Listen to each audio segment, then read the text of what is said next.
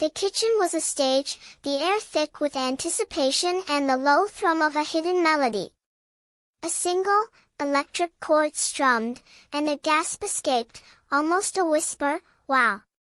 The music swelled slightly before fading. "And, what on earth is happening in here?" Tom's voice cut through the quiet, laced with curiosity. "What are you doing?" "Shoo," Anne commanded, her eyes twinkling mischievously, "a secret conspirator." "Tom, I'm preparing a surprise for Mom and Dad." Tom hummed, clearly unimpressed or perhaps just pretending to be dense. "Anyway, what are you making?" "Tomato pasta," Anne announced, as if revealing the greatest culinary secret. She bustled about the counter, gathering ingredients with a focused energy. "Wow! How do you make it?" Tom leaned against the doorframe, arms crossed, his tone skeptical but his eyes watching her. "First, boil water in a pot," Anne instructed, her voice taking on a teacher's cadence, "and then put pasta noodles in it." She reached for a bag of pasta, pulling out a handful. As she spoke, a strand slipped from her grasp, a tiny misdemeanor. Then, disaster. The entire bundle escaped her grip, raining down onto the floor like broken white ribbons, some landing directly at Tom's feet. "Oh, Tom!" Anne cried out, a wave of mortification washing over her face. "Oh, I'm so sorry. Let me clean it up."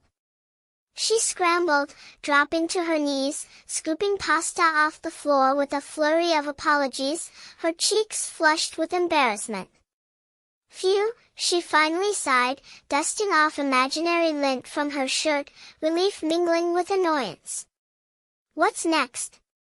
"Oh," and continued, picking up where she left off as if nothing had happened, though a faint tremor still lingered in her voice, "I need to slice mushrooms, onions, and broccoli into small pieces." "Ah, and you should be careful with the knife," Tom offered, a hint of a smirk playing on his lips. "Given your track record." "Thanks for your concern," Anne retorted, rolling her eyes playfully, "but I can't focus on it if you keep pacing back and forth, humming that tune." Tom stopped mid-step, his body tensing. "Freeze," Anne commanded, pointing a finger at him that wasn't entirely serious. "Please, just, stop moving. For a minute." "Thank you so much," Anne breathed, a genuine smile touching her lips. "Now, I need to stir-fry the vegetables." "And," she added, turning her gaze back towards the immobile Tom, "you need to stay like that until I'm done cooking." "Don't move," Anne emphasized, her eyes locking onto his. "And while I'm at this, could you perhaps sprinkle some salt and pepper on the sauce?" And gestured towards a simmering pot on the stove. "Just a little. It needs a touch more flavor." "Let me see." Tom began to shift, but Anne quickly put a hand out, not to stop him, but in mock surrender. "No, don't move yet. Keep still, okay?" He stood frozen, a statue of playful exasperation, as Anne chopped the vegetables with practiced, efficient movements. The sharp ring of the knife against the wooden board filled the brief silence. "So now, pour the noodles, vegetables, and sauce into a frying pan and stir it all together. Right?" "Yes," Anne confirmed, nodding vigorously. "And while you wait, let me add the parsley." She reached for a bunch of fresh green parsley, its scent sharp and inviting. With a quick chop, she sprinkled vibrant green flakes over the simmering sauce. "Ta-da!" she declared triumphantly, stepping back to admire her work. "It's done." All right, Tom sighed, finally relaxing his pose, though a playful glint remained in his eyes. "Let the role-playing begin."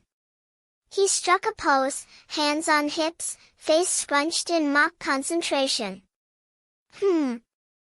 the kitchen filled with his exaggerated thinking sounds. And watched him, a small smile playing on her lips. She echoed back, turning to face him fully. Hands on her own hips now, mirroring his initial pose with a touch of sass.